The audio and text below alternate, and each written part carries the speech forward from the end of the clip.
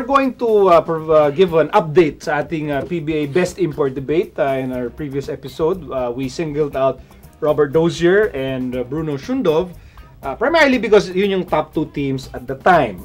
Now, we want to include 3 more names, just for consideration, and alamin natin if they do have what it takes to win this award. Let's start with Vernon Macklin. Si Macklin ba meron siyang qualities that would make him a possible best import candidate? Well, 7 wins in 8 games. No, I think he lost 2 games. The first game was against Alaska, and then they started coming off a roll. Their last 3 games without their best local Kagiwa. I really think he's carrying this team. Maybe not always offensively, but his presence on the defensive end, and he just does so many good things. And that's why I personally said before when we were talking that if there's anyone import who would be naturalized for the Philippine team, he'd be the one that I'd pick. Just my take. Si Macklin. Wow. Vernon Macklin. I think that the impressive thing about Macklin has been parang we started with the first few games, we thought na kaya lang niya naman niya mag-alley-oop or kaya lang niya mag-post up tapos hook. But he's shown to have a lot more moves than we actually expected. I mean, even in his game winner yesterday versus Meralco, but something na where all of a sudden where did that come from? So Macklin has been, plus he is what he is. He is he's a very impressive big for Ginebra. He has perfect chemistry with LA. So, he's a great candidate for best import.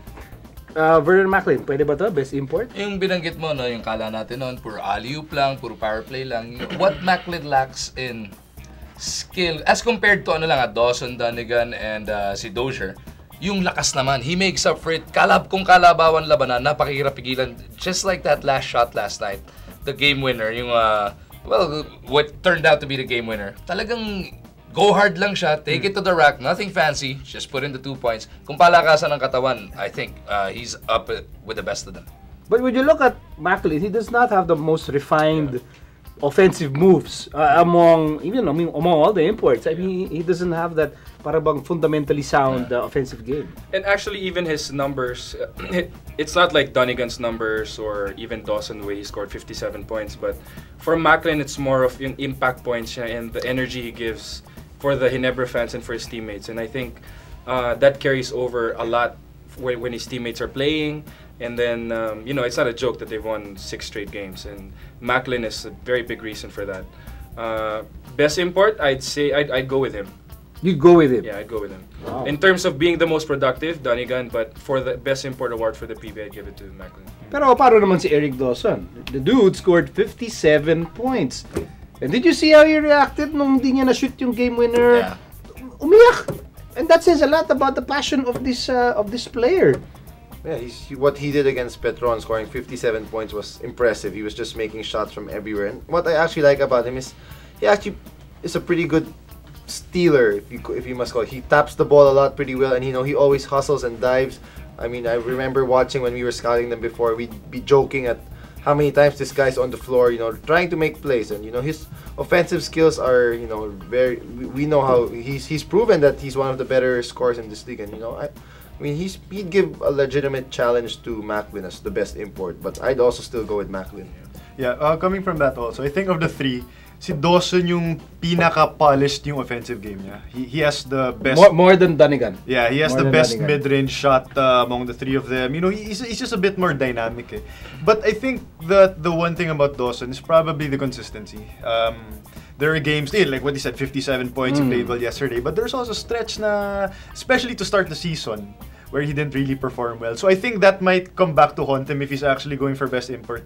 He wasn't as impressive to start the season. Ngayon lang siya medyo umaangat. So I don't know if he'll be able to catch up to the others. On the contrary, actually, ito si Dawson, even before he scored 57, he's already dropped 40 points. In the PBA, and he's been dropping 30s and talagang high 20s. Ilan lang talagang handpick lang yung games na hindi siya ganun nagparamdam. If Dawson can take Meralco to the semis, a real semis now na talagang Final Four, kasi naka-semi sila once yung 6 na team yung semis or 5 team.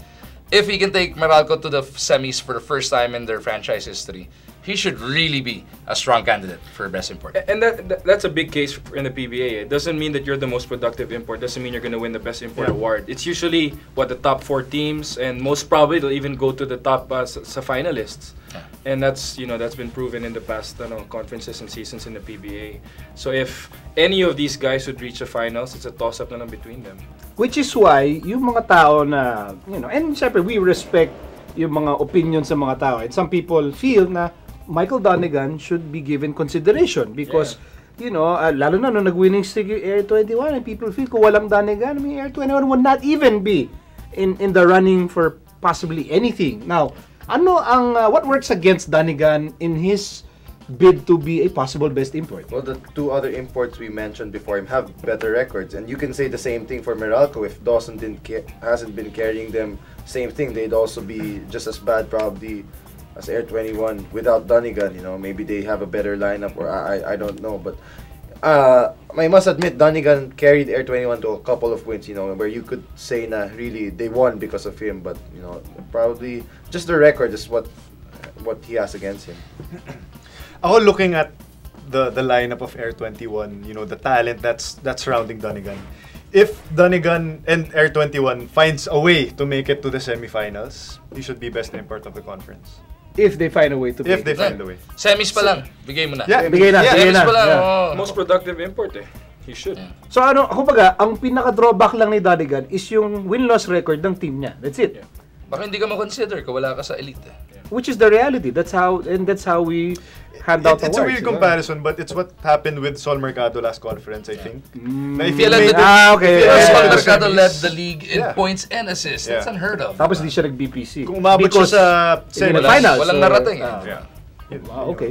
So, lang to. Again, we are just expanding the debate for the best import. So, we looked at Vernon Macklin, Eric Dawson, and Michael Dunigan. And what we discovered is you have to be productive, but your team has to be performing well as well and has to go far in the playoffs.